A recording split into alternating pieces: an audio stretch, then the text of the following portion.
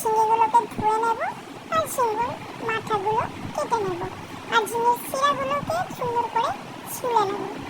এবার ঝিঙের আপনি খুব ভ্যারাইটি খেয়েছেন, হয়তো ঝিঙে পোস্ত বা ঝিঙে আলু বা ঝিঙের নর্মাল সবজি, তো আজকে কিন্তু কিছু একটা অন্য রকমের নিয়ে এসেছি, ঝিঙে বাটা।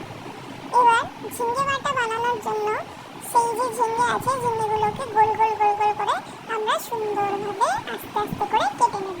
এবার নাইফ চালানোর সময় খুবই সাবধান থাকবেন।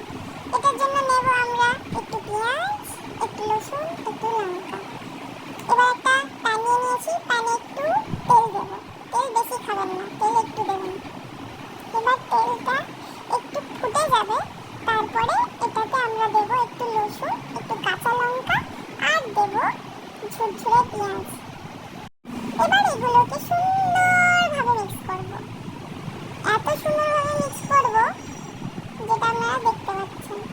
এবার এটাতে নিয়ে নেব আমাদের কেটে রাখা ঝিঙেগুলো, এগুলোকেও খুব সুন্দরভাবে পেঁয়াজ লঙ্কা রসুনের সাথে সুন্দর করে মিক্স করে নেব। এটা দেখুন আস্তে আস্তে করে সব দিক দিয়ে এটাকে মিক্স করে এটাকে হালকা কুক করে নেব, যেটাতে এটা আপনার একটু সফট সফট হয়ে যাবে।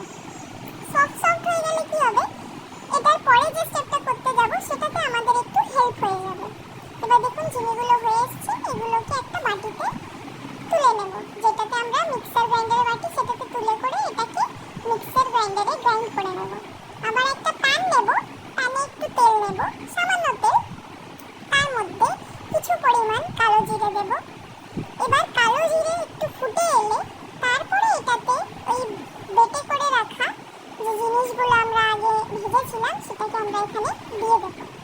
এবার দিয়ে করে এটাকে সুন্দরভাবে এই ফুটন্ত তেলের সাথে মিক্স করে নেব আর স্বাদ অনুসার একটু নুন দিয়ে দেব। নুন দিয়ে এটাকে